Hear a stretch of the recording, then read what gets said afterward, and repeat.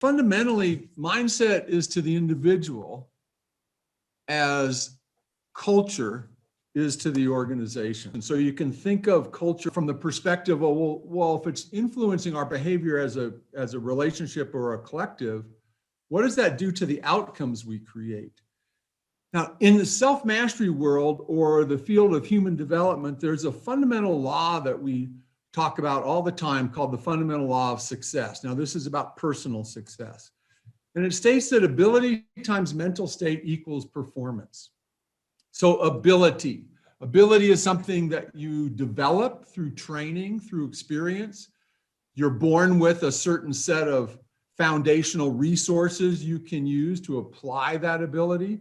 So for example, if we make it simple and think of somebody running, one body is going to be, has a set of foundational circumstances that's going to set that body up for running faster than the other. If somebody trains more than the other, well, that speed of being able to run fast will increase. But the point of it is, at any point in time, I have an ability in any activity.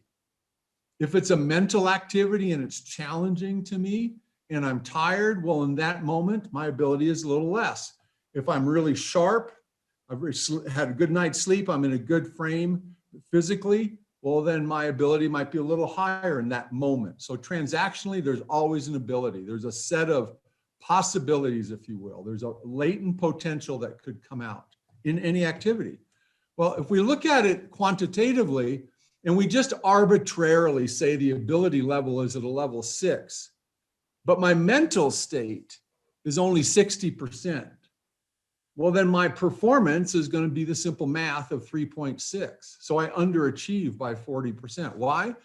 My mental state is my level of presence. It's how focused I am. It's the energy that I'm in the moment. Am I right here now? Or is stress or anxiety or fear or doubt taking me away? Right? So is there something in my own consciousness that's in the way of me being fully engaged in this activity right now with 100% attention and my intention on doing my absolute best, right? So I'm in a state of being at any point in time. Well, if we play the math a little more, if I simply raise my mental state, but I got the same ability, I have better outcome.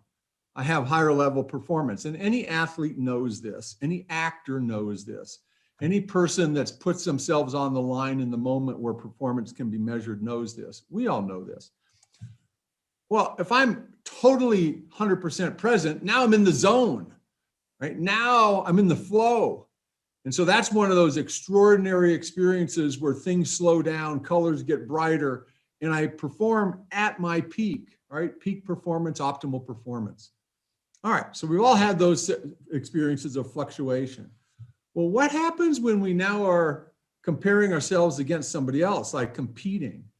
So this person's got better skill. They have a skill level of 8, but they're only in the mental state of 60%. So if they're running that race, doing that, delivering that meeting, in a sales conversation, any other kind of conversation, easy or hard, and you're actually comparing outcomes, well, look what happens, right? The lesser ability person wins the race, if you will, delivers more because of their state of mind.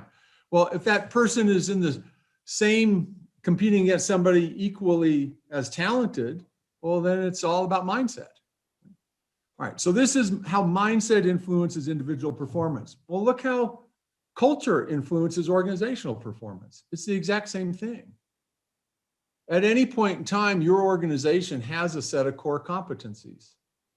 A certain level of innovation capability, certain level of speed to market with a new product, certain level of ability to deliver on a customer promise, a certain level of ability to meet metrics, certain metrics of certain production rates out of your manufacturing plant, certain ability of blah, blah, blah. It doesn't matter what you measure, there's a certain ability. And it's the culture of the organization that delivers the performance of the organization.